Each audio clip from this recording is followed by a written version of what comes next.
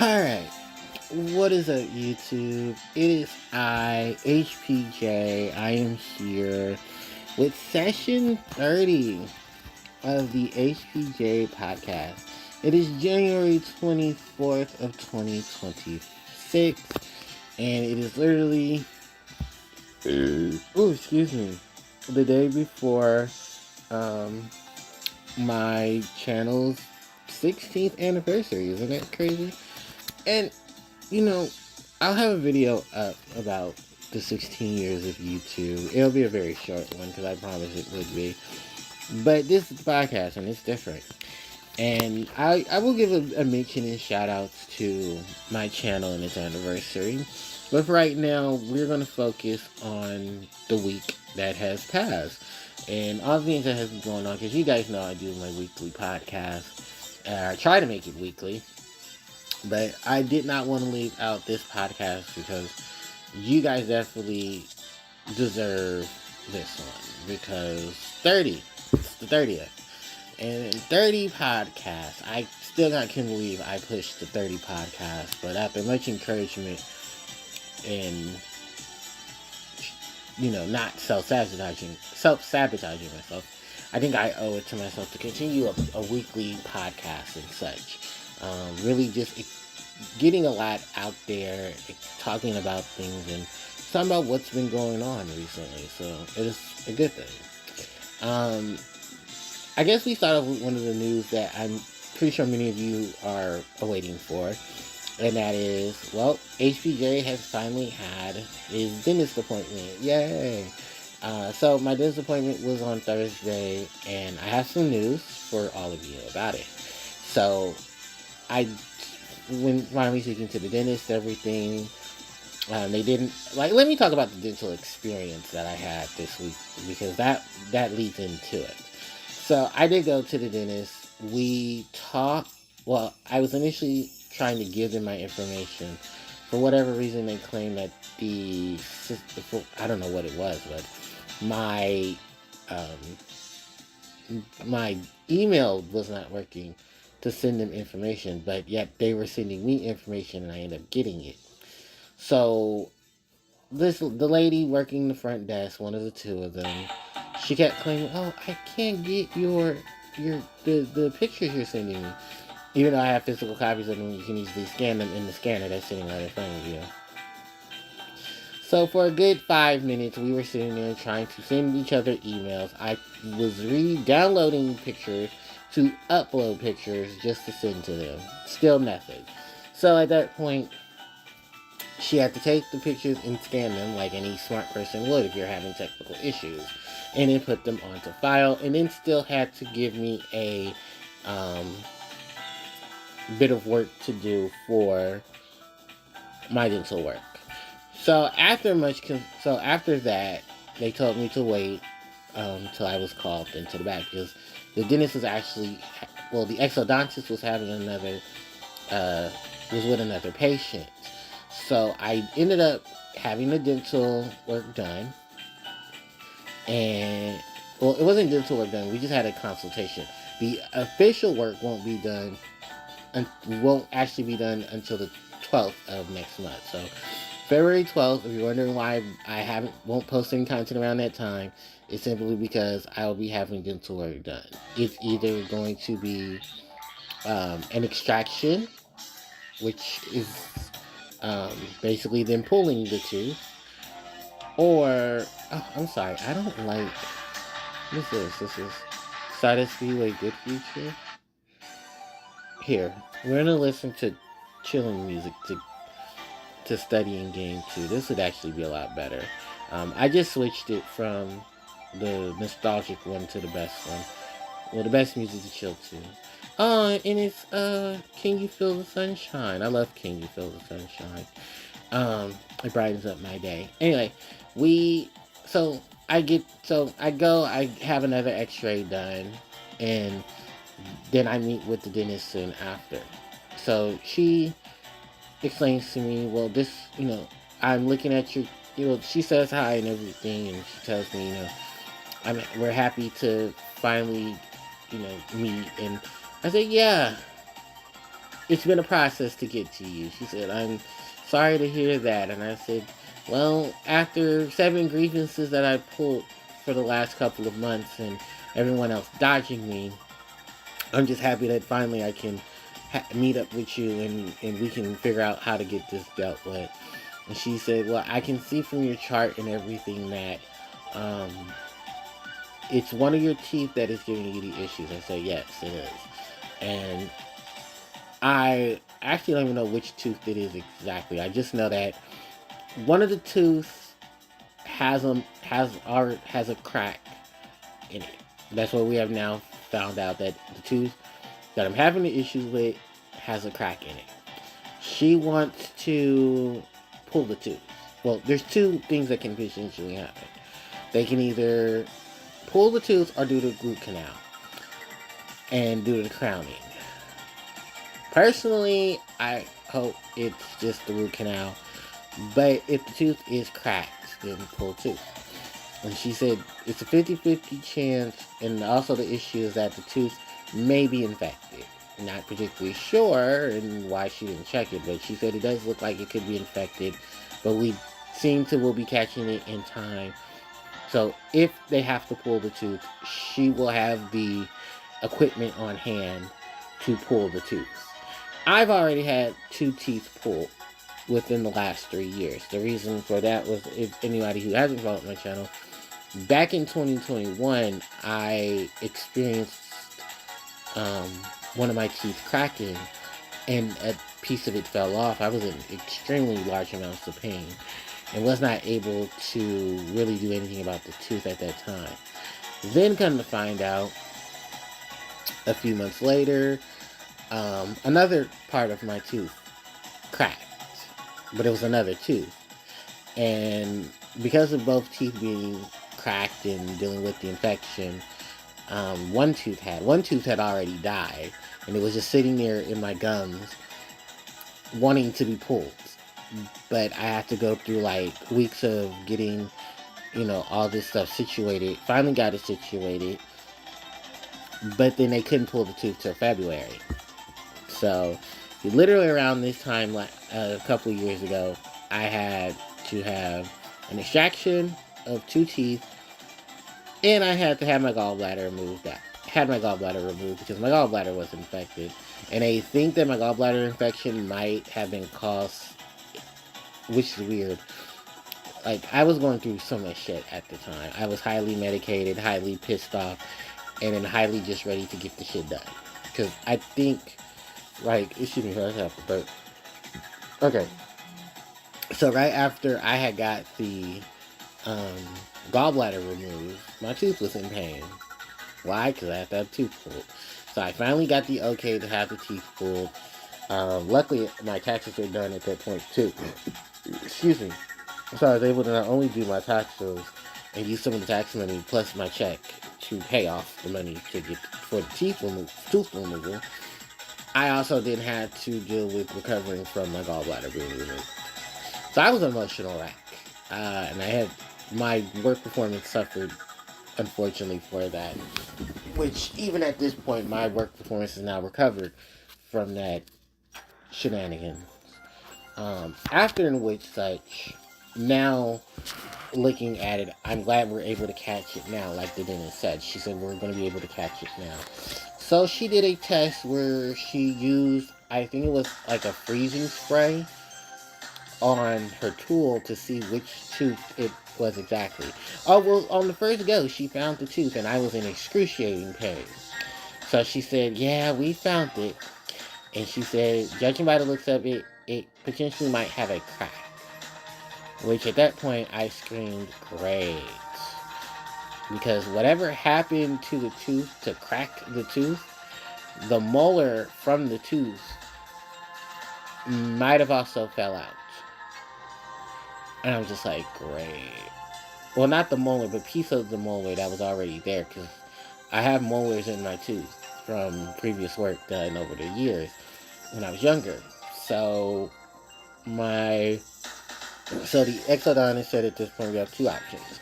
And are you okay with both options? Which option A is to go in, do the root canal, and crown the tooth. The other is to pull it. But she might think we'll have to pull it because she did say that it, because of the bacteria. Well, from what I told her and what she read from the paperwork, the it's a high possibility that yes, it might be an infection in the tooth, and we'll have to pull the tooth. Which, still, I'm okay with that. So we agreed. Whichever one shall have the tools on the standby, she has to pull the tooth if the tooth is not recoverable. And we're going to meet on February 12th to do the operation. So I will be taking off the 13th of February to recover, and I'll have that weekend and President's Day as well to recover. Am I nervous? Somewhat, kind of. Um, am I just ready to get rid of the tooth? Yes. I will have to buy tons of things to help me in the recovery um, process of that because I'm going to need, most likely need an ice pack and probably a second one to recover. I'm going to need food that is um, soft foods, mostly liquids, and things that won't get stuck in the socket if I have to have the tooth pulled because I'm pretty much prepared for this. Um, I wonder, do I know where my ice packs are? I probably don't have them. I probably threw them out. So I might have to buy another set of ice packs from Target um, for my tooth. The reason why is because it's to help with any of the numbness or the swelling that might be produced. I know I'm going to need it. And then on top of that, I want to make sure that the tooth, that the socket doesn't dry out. So I also have to go and get gauze because I know they're not going to give me enough gauze. And the process is that you're going to have to wait 24 hours after um, the initial gauze, the initial tooth itself. And you need to replace the gauze every hour or two, so that the blood can be absorbed. So I have like a bag ready for the gauze. I'll have the gauze ready on standby.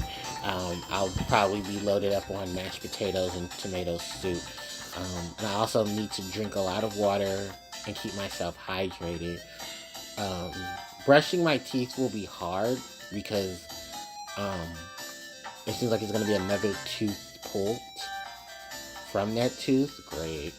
Because I already had the socket, or the first one was pulled. It's most likely going to have another socket there. So, yay!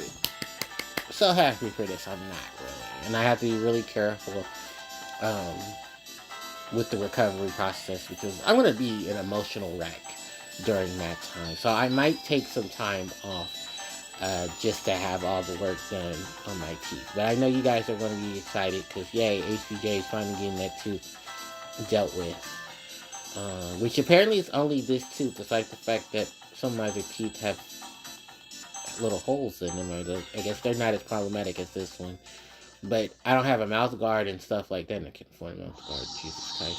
So, it's going to be a lot of stuff going on with me. But I will definitely um, have some support, family support.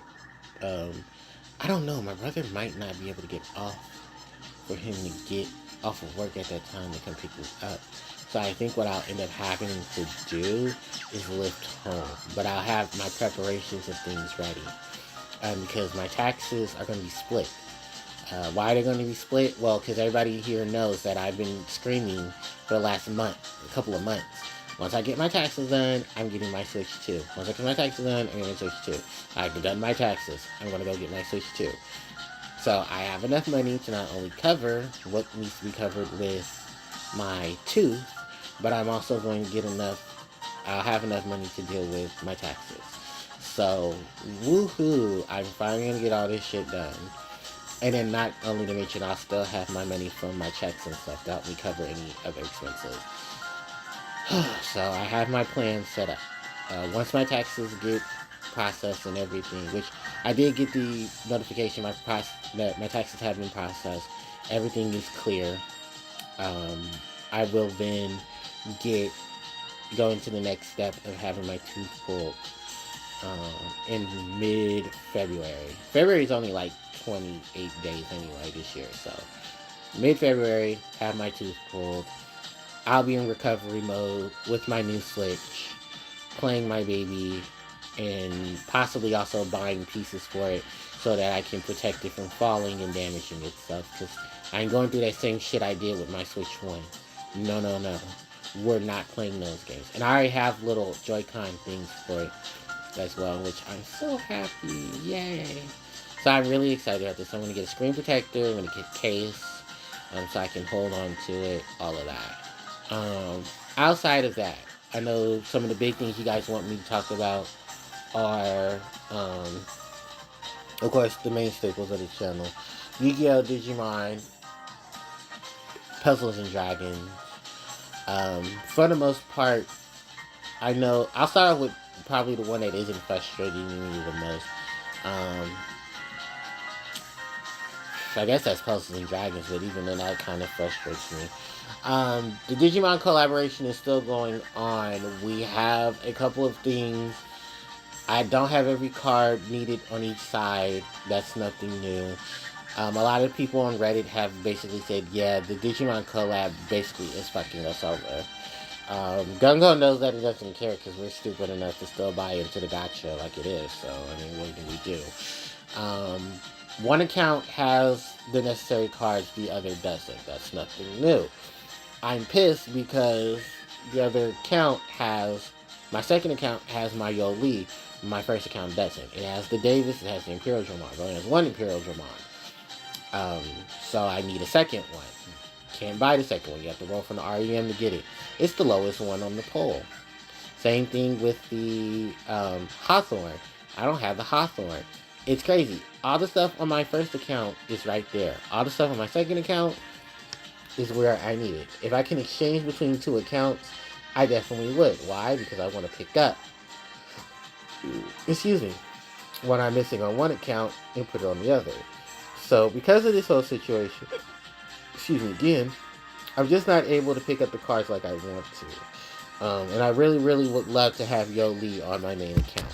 So hopefully by time February 1st comes, I'll be able to try to pick up another bundle and get Yoli. I really want Yoli so that I can build the team. I need a Yoli and I need an Imperial Dramon. That's the only two other cards I'm missing. And I know a lot of people are like, well, aren't there other pieces to it? Yeah, I know there are, but fuck you, because I really cannot handle dealing with the emotional damage I'm already dealing with from both ends. Then from there is the other additional shit that I'm dealing with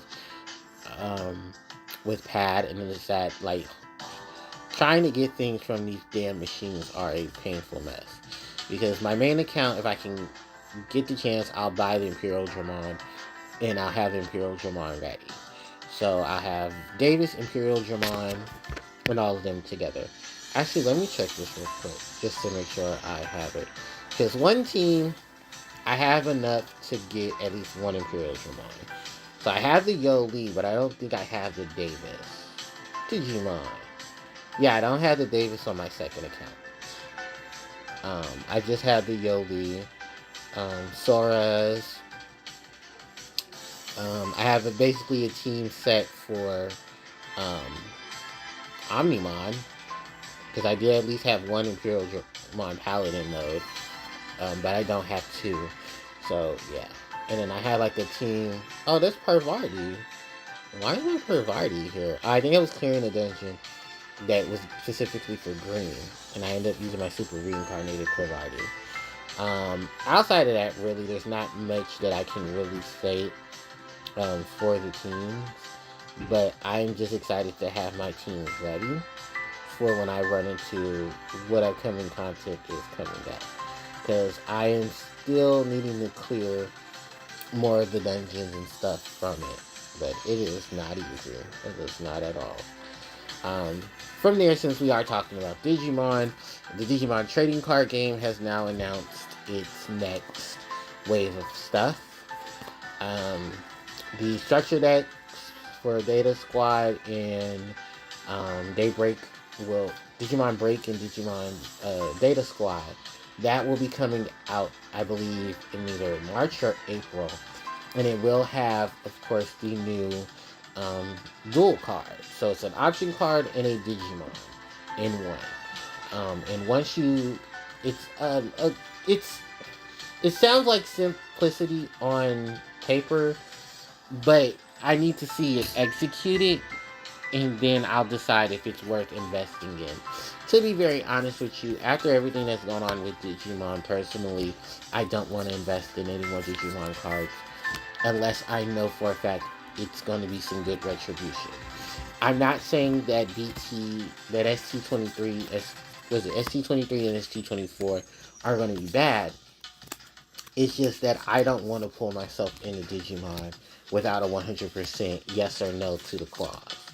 And considering what Yu-Gi-Oh just did to me, I really don't want to invest any more than I have to and then get hurt by it at the end. So I know a lot of people are probably going to push for their newer stuff, which good for you, congratulations. I just personally cannot. And as much as I would like to invest into more decks, I just don't have the energy, the money, and the patience to do such. I don't really have the patience and stuff to do that with Digimon either. I'd rather just focus on playing video games. Um, and it's something that I have really decided that for a while I want to just take a break from card games. And I just want to play my video games because I miss playing video games. Honestly, I do. During the Christmas break, I really did experience the yearn for wanting to play so many video games because all these damn cards were just in the way. So I want to go back to playing them because I did get the chance to play the Link to the Past. I'm almost done with Link to the Past. I hate the final dungeon. That's literally it. Because where I am in the final dungeon, I'm really about to die and I need to go get support for that last room. But you can leave the dungeon and come back and you'll still have everything set. So I really do want to finish the Link to the Past before February. And then once I finish Link to the Past, then I'll move on to another game or two. Because I don't want to start no new games. I honestly don't. Especially ones that are like adventure based or platform based and stuff like that. Platformers are easy. I just don't want to start another game and then have to leave it to the side because I still need to finish Majora. I still need to finish Ocarina in terms of Zelda, which means I can't touch Wind Waker till I finish Majora and Ocarina. I think I'll have it easier with Majora because I will use the Fierce Deity mask. Like, I'm not gonna punk out like most live streamers. Like, oh, it's too easy to play it when you play with the Fierce Deity mask. I mean, but that's the point. That's why they put it in there. You can only use it in boss battles. Is to use the Fierce Deity mask as the ultimate mask for victory. It's just getting all the other masks is going to be the problem for me because I have to go get the other masks. Which, yeah, I kind of need to finish all the side quests. Because that's literally what Legend of Zelda is at most points, is side quest ahoy.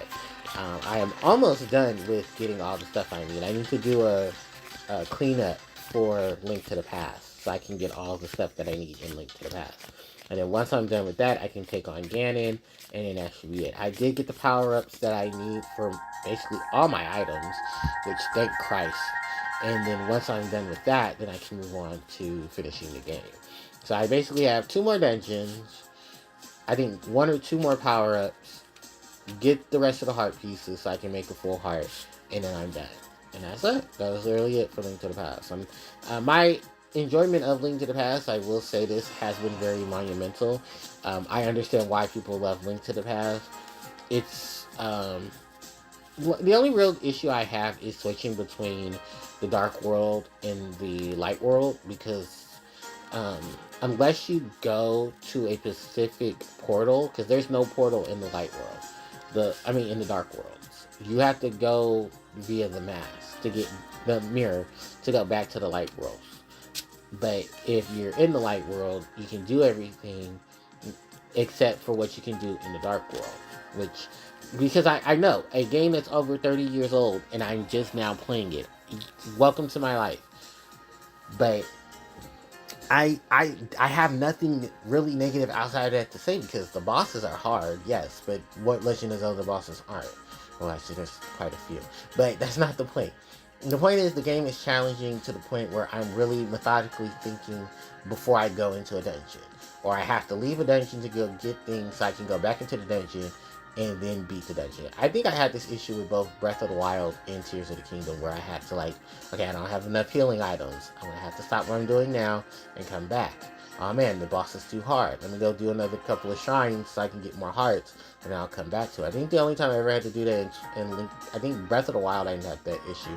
Tears of the Kingdom, I did, but Tears of the Kingdom had so many fucking enemies in it that Breath of the Wild didn't, so it made it harder. That's why I don't want to touch Tears of the Kingdom anymore, because I did play Tears of the Kingdom. Tears of the Kingdom is way harder than Breath of the Wild. It's by far the hardest Legend of Zelda game I've ever played. Like, honestly, it is. And I do not, because I have my love and hate for Tears of the Kingdom. And it definitely stems from what Breath of the Wild did. I'm not saying Breath of the Wild is a bad game. I love what Breath of the Wild did.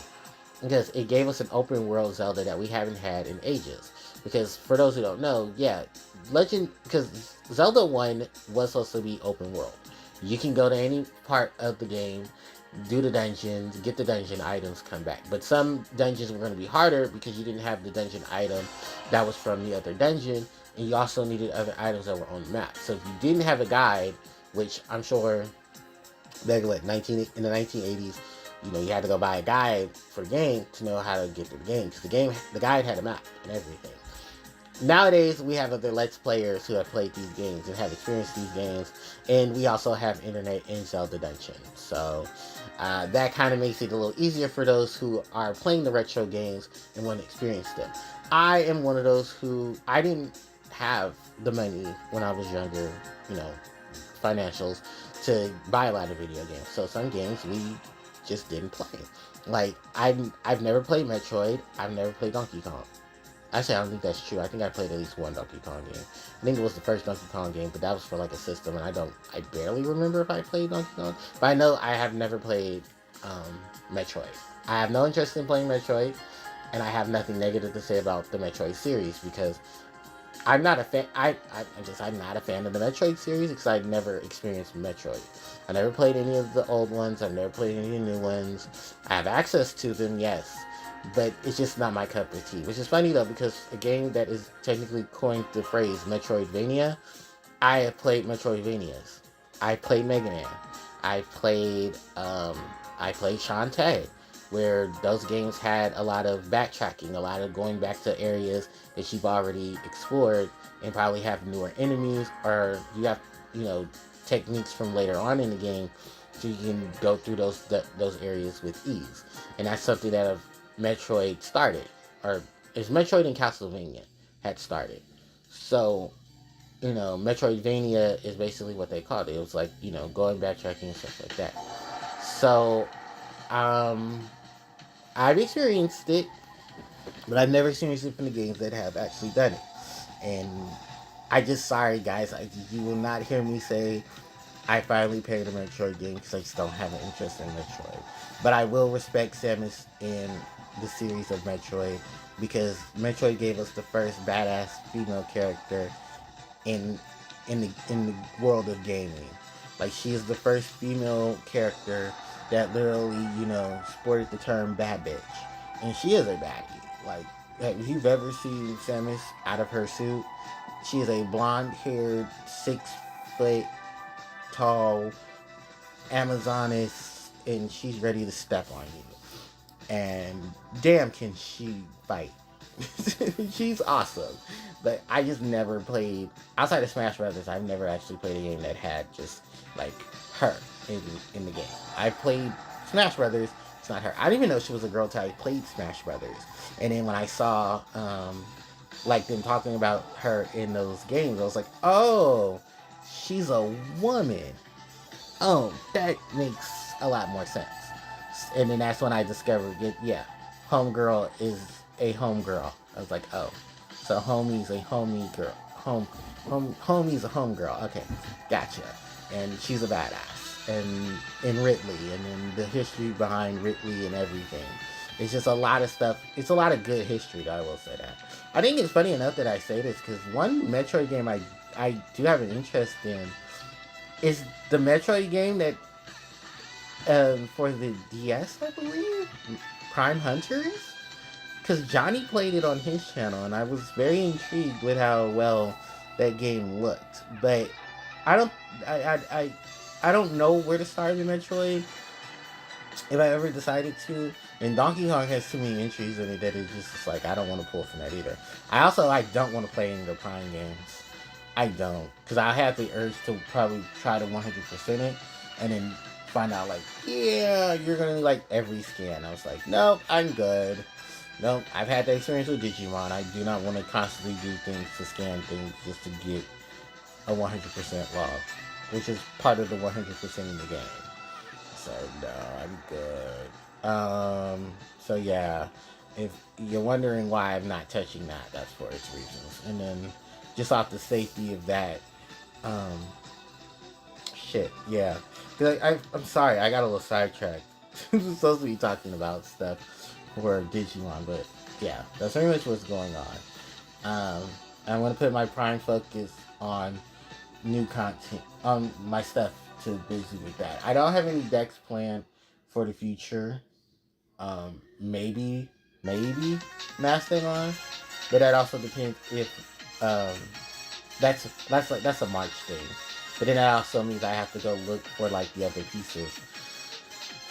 And I don't want to deal with that bullshit either because BT21's promo for Mastodon is $30 to $40. I think I only need like two, but that's like $60 right there for two cards. Um, Too bad that I'm probably gonna not focus on that because around the time March comes, while the heroine set for Digimon comes out, Yu-Gi-Oh's dropping its legendary deck set for uh, Sky Striker, Mizuruki, and X Saber. Well, I'm only gonna be interested in one, and that's Sky Striker. So unless like the other decks, I'll probably just sell off. I just want Sky Striker. Cause so I'll talk about Yu-Gi-Oh in just a moment, but for the most part, yeah, Digimon does not look like it's going to be holding me anytime soon. Now that we're going to talk about Yu-Gi-Oh, let's talk about Yu-Gi-Oh, because I'm not happy with the changes on the ban list. If you don't see a Harpie deck profile, you know why. And I'm not going to stress myself out any further than that. It's already bad enough that I have to stretch myself any further because remember, I'm still missing cards from Rush Duel to even finish the Harpie deck for the Rush Duel series. Because I don't have any Shiny Shadies. I don't have any Jess of the Cosmo Queen, which I just found out that's getting another reprint for the 6th anniversary of the game. Holy shit, yeah, Rush Duel's been 6 years old. And I'm trying to pick up cards for his anniversary, but those cards are getting more expensive. Because even though they're getting reprinted like crazy, remember I still have to pay for the tariffs to even bring them into the country. So yeah, it's just really fucked up how I have to deal with all of this. Like that's why I said buying cards where I keep like the price of cards is basically at this point is the same thing as pricing for video games. And then it's still decks that I want to explore, but I can't because they're so expensive. Because like I want to play, I want to build Raziel, but I can't because Raziel's not finished. I want to play, I don't want to play Yummy. I have no interest in Yummy.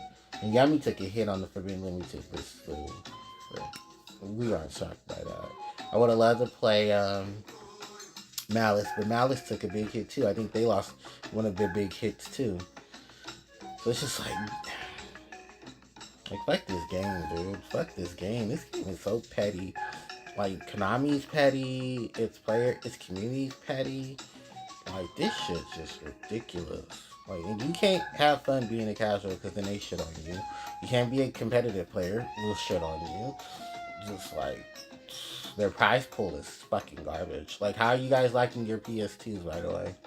You spent all that money on that $1,000 deck for it to get reprinted, half the shit banned, and you worked so hard to get a fucking Switch 2, an air fryer, a deck box, and a mat. Like, congratulations. Oh, and packs from like whatever set is in that bracket. So, congratulations, you played yourself.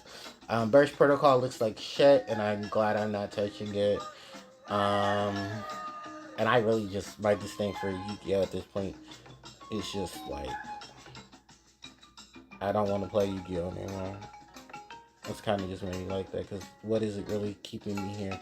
Except for decks outside of Harpie, which are not many. So, it's a lot that weighs on my plate, but I don't know how to really give you guys an answer. I could just easily take a break and come back, and it's not hard. I can look at things and observe it and not give a fuck. Remember, I did a whole month of that. Till new Harpie cards started coming out for Rush Duel. I don't know, it just seems like it would be a good idea. And then, I was also looking at, like, because the video game pool this year is not that it's spectacular on the Switch either.